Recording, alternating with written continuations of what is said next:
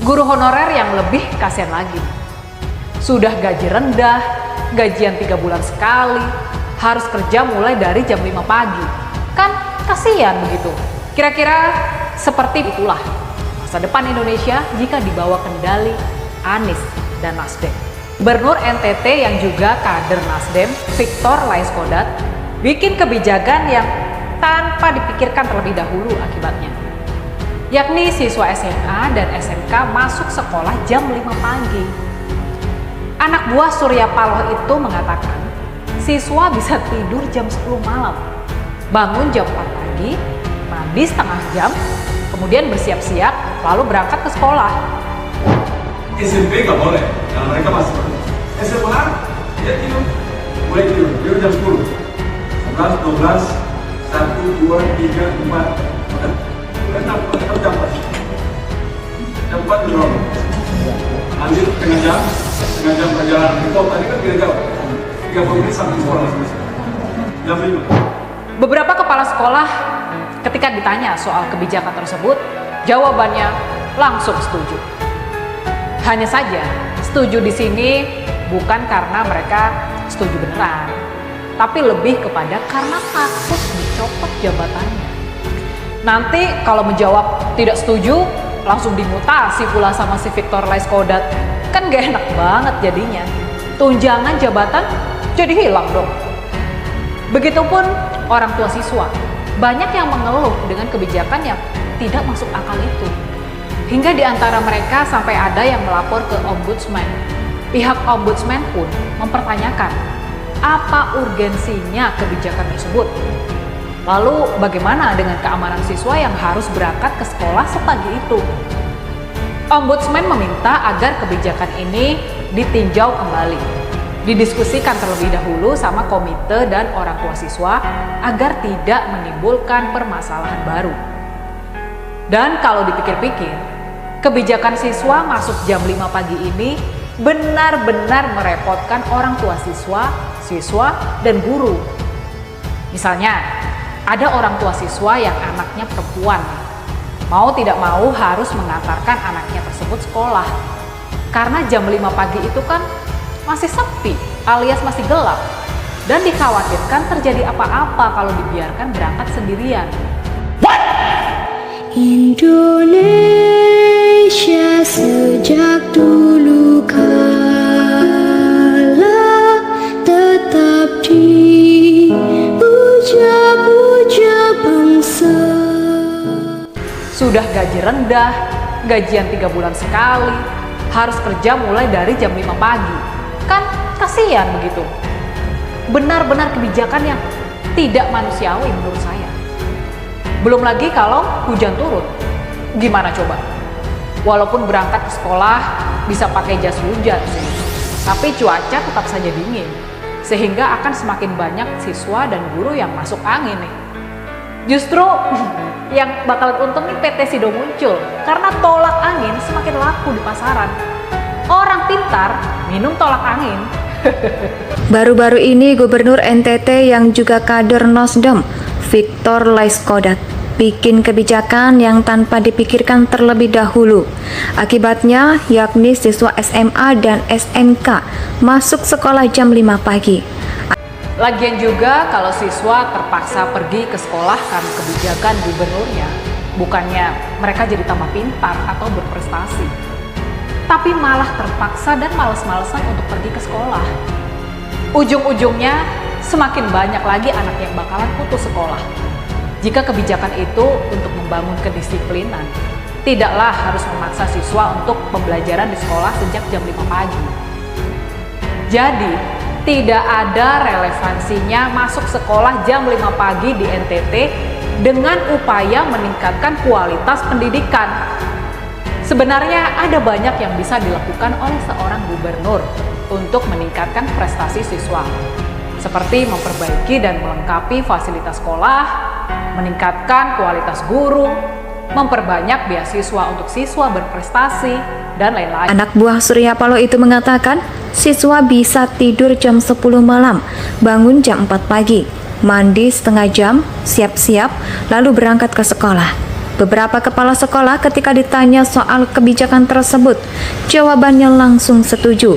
Hanya saja, setuju di sini bukan karena mereka setuju benaran, tapi lebih kepada karena takut dicopot jabatannya.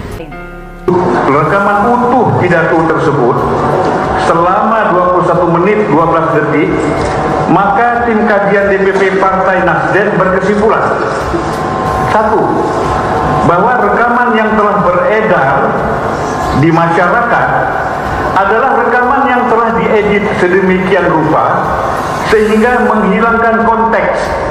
Kenapa?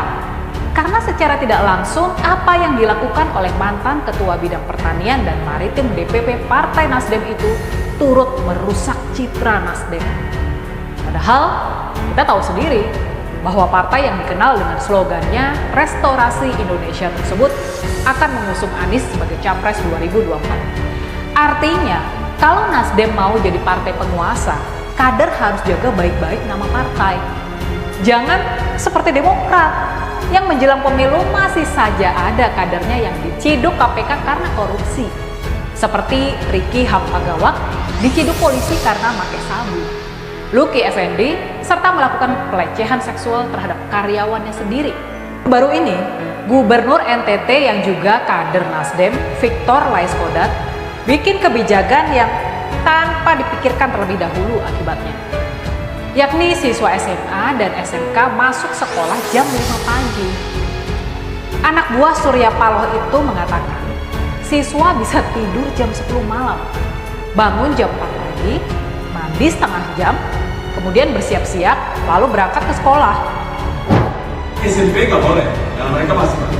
SMA, ya tidur, mulai tidur jam 10. 11, 12, 1, 2, 3, 4, tetap jam 4. Jam 4 di ruang. Mandi setengah jam perjalanan. Itu tadi kan beda jauh. 30 menit sampai sekolah masing-masing. Jam 5. Beberapa kepala sekolah ketika ditanya soal kebijakan tersebut, jawabannya langsung setuju.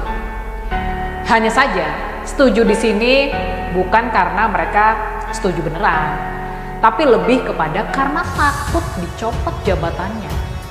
Nanti kalau menjawab tidak setuju, langsung dimutasi pula sama si Victor Laiskodat. Kan gak enak banget jadinya. Tunjangan jabatan jadi hilang dong. Begitupun orang tua siswa. Banyak yang mengeluh dengan kebijakan yang tidak masuk akal itu.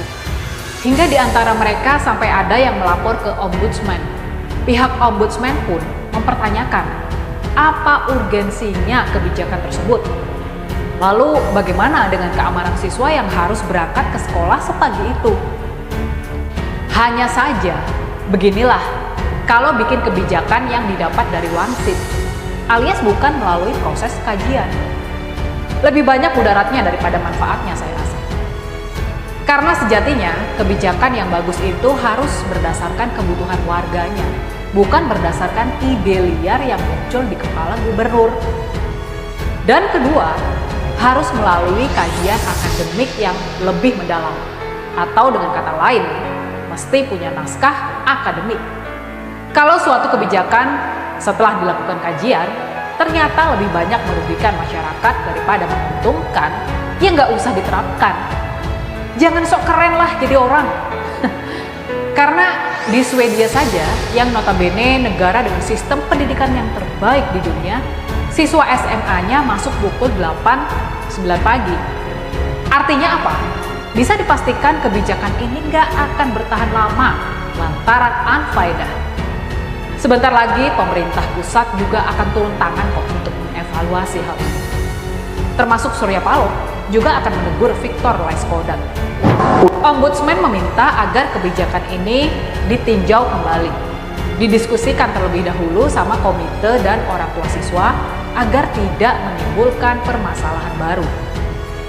Dan kalau dipikir-pikir, kebijakan siswa masuk jam 5 pagi ini benar-benar merepotkan orang tua siswa, dan guru.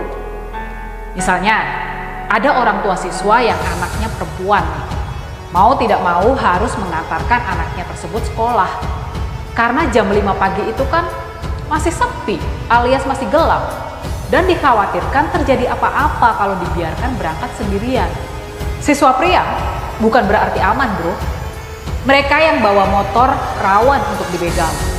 Kemudian para siswa juga akan semakin banyak yang kena mah. Kenapa? Karena orang tua mereka belum sempat memasak untuk sarapan. Si anak sudah keburu berangkat ke sekolah duluan. Jadi makannya pun tidak teratur. Sementara si guru gak sempat menyusui anaknya yang masih balita. Karena anaknya masih tidur, kemudian dia sudah harus berangkat ke sekolah. Guru honorer yang lebih kasihan lagi, Dedik Riawan, Ketua DPC Partai Demokrat Probolinggo. Ricky Pagawa terjerat suap sejumlah uang bernilai 24,5 miliar rupiah untuk berbagai proyek pembangunan di Membramo, Tengah Papua. Selain Ricky, ada 3 lagi tersangka dalam kasus ini. Ricky ditangkap setelah buron selama 7 bulan sejak ditetapkan sebagai tersangka pada tahun lalu. Kok jadi bahas Demokrat lagi sih? Kembali lagi ke Nasdem. Begitulah kira-kira gambaran yang terjadi kalau Nasdem yang berkuasa. Baru jadi gubernur saja sudah membuat susah rakyat. Bagaimana nanti kalau Anies jadi presiden? Karena politisi satu ini juga suka bikin kebijakan tanpa melalui proses yang dipikirkan terlebih dahulu.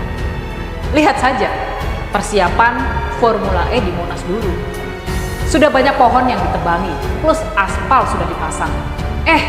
Nggak taunya itu cagar budaya yang tidak boleh diotak-atik. Indonesia